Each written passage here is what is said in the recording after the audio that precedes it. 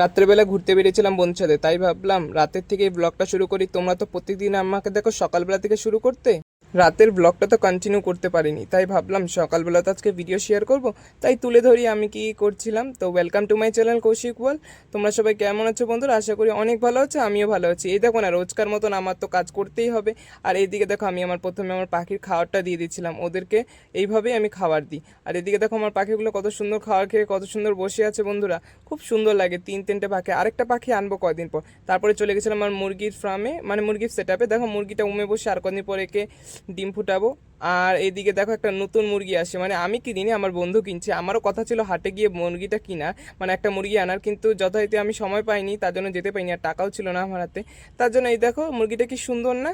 তো বন্ধুরা আজকের ব্লগটা এই অবধি। আশা করি তোমার যদি ভালো লাগে থাকে লাইক